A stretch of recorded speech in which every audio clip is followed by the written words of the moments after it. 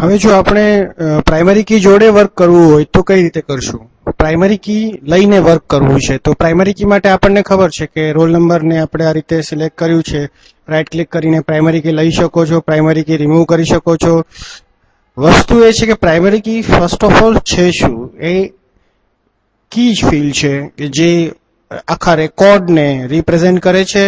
If you say 31 number, the name of 31 numbers, city of 31 number, birth date of 31 number, અને primary key uniquely identify કરે છે એટલે 31 number નો જ 31 number બીજા કોઈને આપી શકાય નહીં.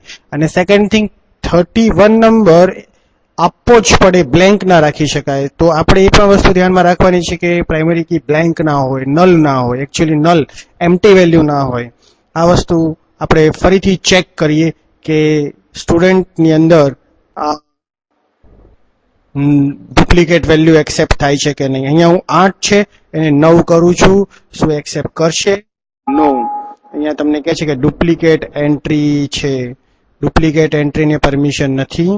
અને જો હું બ્લેન્ક કરી દઉં, 9 ની જગ્યાએ કાંઈ ન લઉં, તો પણ એ કહેશે કે primary key cannot contain a null value. એટલે કે પ્રાઇમરી કી એને જ કહેવાય જે નલ વેલ્યુ એક્સેપ્ટ ન કરે અને ડુપ્લિકેટ ન હોય. અને બીજી વસ્તુ, પ્રાઇમરી કી એ આખા રેકોર્ડને રિપ્રેઝેન્ટ કરે છે, યુનિકલી આઈડેન્ટિફાય કરે છે રેકોર્ડને, એ સમજવું જોઈએ. તો આ હતું with primary key, table with primary key.